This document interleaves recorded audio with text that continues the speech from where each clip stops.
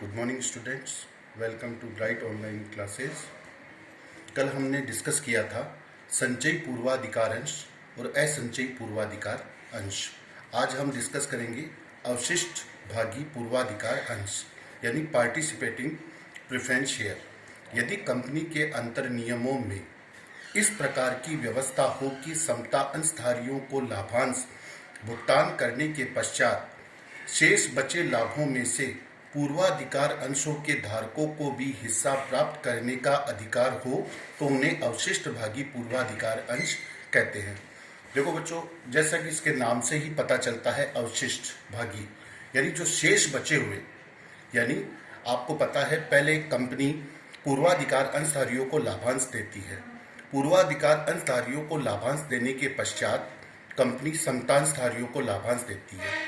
समता अंशधारियों को लाभांश देने के पश्चात यदि लाभांश शेष बच जाता है तो उसमें से कुछ हिस्सा पूर्वाधिकार अंशधारियों को दिया जाता है, जिसे कहा जाता है अवशिष्ट भागी पूर्वाधिकारी अंश। आगे चर्चा करते हैं अनावशिष्ट भागी पूर्वाधिकार अंश, नॉन पार्टिसिपेटिंग प्रेफरेंस शेयर। अनावशिष्ट भागी पूर्वाधिकार अंश जो है वो अवशिष्ट भागी पूर्वाधिकार अंश के जस्ट विपरीत होते हैं, बिल्कुल उल्टे होते हैं। कैसे? इसमें क्या होता है कि समता अंशधारियों को लाभांश देने के पश्चात जो शेष लाभांश बच जाता है उसमें से इनको कोई हिस्सा नहीं दिया जाता, तो ये कहलाते हैं अनावशिष्ट भागी पूर्वाधिकार अंश। और इसमें कह भी यही रखा है, देखो, ऐसे पूर्वाधिकार अंश जिनके धारकों को समता अंशधारियों को लाभांश भुगतान करने के पश्चात शेष बचे लाभों में से हिस्सा प्राप्त करने का अधिकार नहीं होता है, अनावशिष्ट भागी पूर्वाधिकार अंश कहलाते हैं। मतलब समता, पहले पूर्वाधिकार अंशधारियों को लाभांश दिया जाता है, फिर समतांशधारियों को लाभांश दिया जाता है। समतांशधारियों को लाभांश देने के पश्चात अगर लाभांश बच रहा है तो उसमें से इन पूर्वाधिकार अंशधारियों को कोई हिस्सा नहीं दिया जाता, तो ये कहलाते हैं अनावशिष्ट भागी पूर्वाधिकार अंश। अगला है परिवर्तनीय पूर्वाधिकार अंश यानी कन्वर्टेबल प्रेफरेंस शेयर। ऐसे पूर्वाधिकार अंश जिन्हें समता अंशों में परिवर्तित किया जा सकता है कौन से कहलाएंगे? परिवर्तनीय पूर्वाधिकार अंश। अगला है अपरिवर्तनीय पूर्वाधिकार अंश। ऐसे पूर्वाधिकार अंश जिन्हें समता अंशों में परिवर्तित नहीं किया जा सकता है क्या कहलाएंगे? अपरिवर्तनीय पूर्वाधिकार अंश। शोधनीय पूर्वाधिकार अंश। शोधनीय पूर्वाधिकार अंश से तात्पर्य हुआ कि ऐसे पूर्वाधिकार अंश जिनका शोधन का मतलब होता है भुगतान, जिनका शोधन यानी भुगतान कंपनी एक निश्चित तिथि को कर देती है, वो कहलाते हैं शोधनीय पूर्वाधिकार अंश।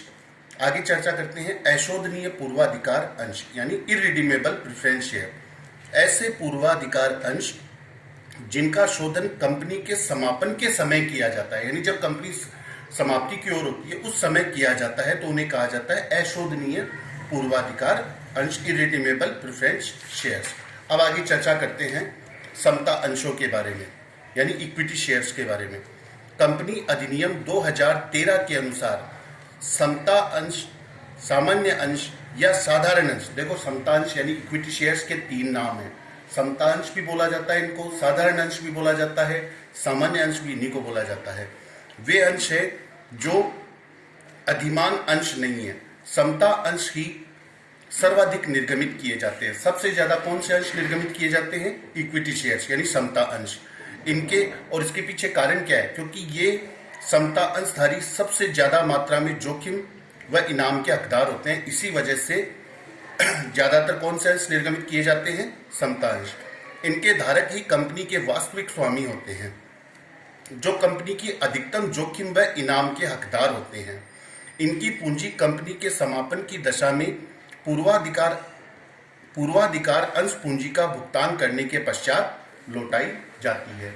समता अंशधारियों को पूंजी पूर्वाधिकार अंशधारियों को पूंजी लौटाने के पश्चात लौटाई जाती है। अब आगे चर्चा करते हैं समता अंश और पूर्वाधिकार अंश में अंतर।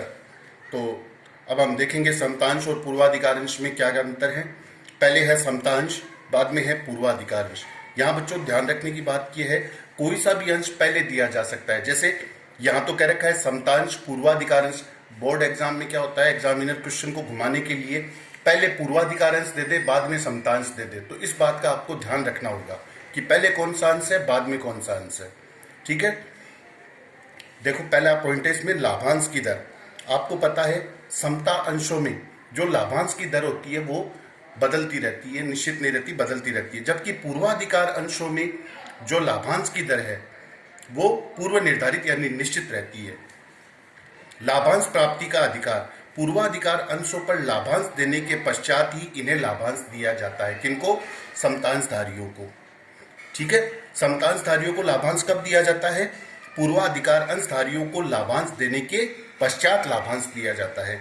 जबकि पूर्वाधिकार अंश समता अंशों से पूर्व लाभांश दिया जाता है। पूर्वाधिकार अंशधारियों को समता अंशों से पूर्व लाभांश दिया जाता है। बकाया लाभांश, यदि किसी वर्ष लाभांश घोषित नहीं किया गया है तो आगे के वर्षों में उस वर्ष का लाभांश का भुगतान नहीं किया जाता है। देखो इसमें क्या होता है, जैसे संचयी पूर्वाधिकार अंश होते हैं। संचयी पूर्वाधिकार अंश में तो क्या होता है कि जो मान लीजिए किसी वर्ष का लाभांश है, कंपनी उस वर्ष नहीं दे पाई तो उस वर्ष का लाभांश संचित होकर अगले वर्ष में दिया जाता है। लेकिन यहाँ पे क्या होगा, समतांशों के मामले में क्या होगा, ऐसा नहीं होगा कि मान लीजिए किसी वर्ष का लाभांश नहीं दिया गया तो वो अगले वर्ष में संचित नहीं होगा। जबकि पूर्वाधिकार अंशों में क्या होता है, पूर्वाधिकार अंशों में क्या होता है कि किसी वर्ष अगर मान लो कंपनी लाभांश नहीं दे पाई तो उस वर्ष का लाभांश अगले वर्ष में संचित होकर अगले वर्ष में दिया जाएगा। ठीक है, परिवर्तनीयता, समता अंशों को परिवर्तित नहीं किया जा सकता, जबकि पूर्वाधिकार अंशों को समता अंशों में परिवर्तित किया जा सकता है। शोधन, ये कंपनी के जीवन काल में शोधनीय नहीं है, यानी समता अंशों का जो शोधन है वो कंपनी के जीवन काल में नहीं किया जा सकता, बल्कि इनकी बाईबैक यानी पुनर्खरीद की जा सकती है। जबकि पूर्वाधिकार अंशों में क्या कहा गया है, ये कंपनी के जीवन काल में निश्चित अवधि के पश्चात शोधनीय होते हैं, जबकि पूर्वाधिकार अंशों का शोधन किया जा सकता है एक निश्चित अवधि के बाद। मताधिकार, अब जैसे कि आपको पता है कि समता अंशधारी कंपनी के वास्तविक स्वामी होते हैं तो इन्हें कंपनी की वार्षिक साधारण सभा में मत देने का अधिकार होता है, जबकि पूर्वाधिकार अंशधारियों को मत देने का अधिकार नहीं होता है। पूंजी, समापन पर पूंजी की वापसी पूर्वाधिकार अंश पूंजी की वापसी के पश्चात की जाती है। पहले पूंजी वापस किसको की जाएगी, पहले पूंजी पूर्वाधिकार अंशधारियों को पूंजी वापस की जाएगी, उसके पश्चात समता अंशधारियों को पूंजी वापस की जाएगी। जबकि पूर्वाधिकार में क्या होता है, समापन पर पूर्वाधिकार अंश पूंजी की वापसी समता अंश पूंजी से पूर्व की जाती है, समता अंशों से पूर्व की जाती है। अब इसके बाद में हम चर्चा करेंगे कंपनियों के प्रकार, कंपनियों के प्रकार के बारे में चर्चा करेंगे, यानी काइंड्स ऑफ कंपनी। देखो कंपनियां तीन प्रकार की होती है। पहली है एक व्यक्ति वाली कंपनी, दूसरी निजी कंपनी, तीसरी सार्वजनिक कंपनी। तो इसका सीरियल वाइज हम एक एक को देखते हैं। सबसे पहले है एक व्यक्ति वाली कंपनी, यानी वन पर्सन कंपनी, इसको शॉर्ट में ओपीसी भी बोला जाता है, वन पर्सन कंपनी। कंपनी अधिनियम 2013 की धारा 2 उपधारा, देखो ये जो ब्रैकेट में दी हुई धारा रहती है इसे उपधारा कहा जाता है। धारा 2 उपधारा 62 यानी 62 के अनुसार एक व्यक्ति वाली कंपनी से आशय उस कंपनी से है जिसमें एक ही व्यक्ति सदस्य के रूप में हो, जिसमें एक व्यक्ति ही सदस्य के रूप में माना जाता है, वो कौन सी कंपनी कहलाती है, एकल व्यक्ति वाली कंपनी कहलाती है। इस प्रकार की कंपनी का समामेलन निजी कंपनी के रूप में होता है। किस रूप में होता है, निजी कंपनी के रूप में होता है। एक व्यक्ति वाली कंपनी एकल स्वामित्व, अब आप यहाँ पे एक नई चीज आई है, एकल स्वामित्व यानी सोल प्रोप्राइटरी। सोल प्रोप्राइटरी को आप ऐसे देख सकते हो, एकाकी व्यापार, एकाकी व्यापार। एक व्यक्ति वाली कंपनी एकल स्वामित्व से भिन्न होती है, यानी एक व्यक्ति वाली कंपनी और एकाकी व्यापार दोनों अलग अलग होते हैं। कैसे, क्योंकि एक व्यक्ति वाली कंपनी सदस्यों वाली कंपनी के सदस्यों के सीमित दायित्व के साथ साथ पृथक वैधानिक अस्तित्व होते हैं। जो एक व्यक्ति वाली कंपनी है उसके सदस्यों के दायित्व क्या रहते हैं, सीमित रहते हैं और उनका वैधानिक अस्तित्व पृथक होता है। जबकि एकाकी व्यापार में क्या होता है, जबकि एकल स्वामित्व का दायित्व उसकी निजी एवं व्यावसायिक संपत्तियों तक विस्तृत होता है। एकाकी व्यापार में क्या होता है, जैसे मान लो कोई एकाकी व्यापारी है, एक दुकानदार है, मान लीजिए वो दुकान खोल के बैठा है, ठीक है, उसके बहुत ज़्यादा कर्जा हो चुका है, बाहरी लेनदारी बहुत ज़्यादा हो चुकी है, तो ऐसी दशा में उसकी निजी संपत्तियों का भी प्रयोग किया जा सकता है लेनदारी को चुकाने के लिए, ठीक है। तो इसलिए इसमें यह कहा गया है क्या कि एकल स्वामित्व वाली कंपनी का एकल स्वामित्व का दायित्व उसकी निजी एवं व्यावसायिक संपत्तियों तक विस्तृत होता है। दूसरी बात करते हैं निजी कंपनी की। निजी कंपनी का मतलब प्राइवेट कंपनी। सबसे पहले तो प्राइवेट कंपनी की पहचान सीख लो। क्या होती है प्राइवेट कंपनी? जो कंपनी अपने नाम के अंत में पीवीटी लिमिटेड यानी प्राइवेट लिमिटेड शब्द का प्रयोग करती है वो निजी कंपनी कहलाती है, ठीक है। कंपनी अधिनियम 2013 की धारा 2 उपधारा 68 यानी 68 के अनुसार निजी कंपनी से आशय एक ऐसी कंपनी से है जिसकी न्यूनतम पूंजी 1 लाख। यहाँ पर ध्यान देने योग्य बात है कि निजी कंपनी की न्यूनतम पूंजी कितनी होती है? 1 लाख। बोर्ड में कई बार 1 नंबर का प्रश्न पूछ लिया जाता है कि निजी कंपनी की न्यूनतम पूंजी बताइए, तो वो कितनी है? 1 लाख या अधिक जो निर्धारित की जाए होती है, जो अपने अंतर नियमों द्वारा अंशों के हस्तांतरण अधिकार पर प्रतिबंध लगाती है। ध्यान रखना, निजी कंपनी अपने अंशों का हस्तांतरण नहीं कर सकती है। एक व्यक्ति वाली कंपनी को छोड़कर सदस्यों की संख्या 200 तक सीमित रहती है, ठीक है। यानी अधिकतम कितने सदस्य होते हैं इसमें? 200 सदस्य होते हैं। वर्तमान व भूतपूर्व कर्मचारी सदस्यों को छोड़कर तथा अपनी किसी भी प्रतिभूति के क्रय हेतु जनता को आमंत्रित करने पर रोक लगाती है। मतलब कहने का मतलब है कि निजी कंपनी अपने अंशों का हस्तांतरण जनता में नहीं कर सकती। एक निजी कंपनी में न्यूनतम सदस्य संख्या 2, अभी थोड़ी देर पहले मैंने अधिकतम बताई थी। अधिकतम तो है 200 सदस्यों की संख्या और न्यूनतम है 2 सदस्य संख्या। निजी कंपनी को अपने नाम के अंत में प्राइवेट लिमिटेड लिखना होता है। ये निजी कंपनी की सबसे महत्वपूर्ण पहचान है कि अगर आप कभी बाजार में जाओ और किसी कंपनी के नाम के अंत में अगर आप प्राइवेट लिमिटेड शब्द देख लो तो समझ जाया करो कि ये एक निजी कंपनी है। अब अगली चर्चा करते हैं सार्वजनिक कंपनी की। सार्वजनिक कंपनी का मतलब पब्लिक कंपनी, या जिसे हम सरकारी कंपनी भी कह सकते हैं। देखो कैसे, कंपनी अधिनियम 2013 की धारा 2 उपधारा 71 के अनुसार सार्वजनिक कंपनी से आशय ऐसी कंपनी से है जो कि एक निजी कंपनी नहीं है। यानी जो एक निजी कंपनी नहीं है वही क्या हुई? सार्वजनिक कंपनी। यानी आप इसकी परिभाषा में ये लिख सकते हो कि कंपनी अधिनियम 2013 की धारा 2 उपधारा 71।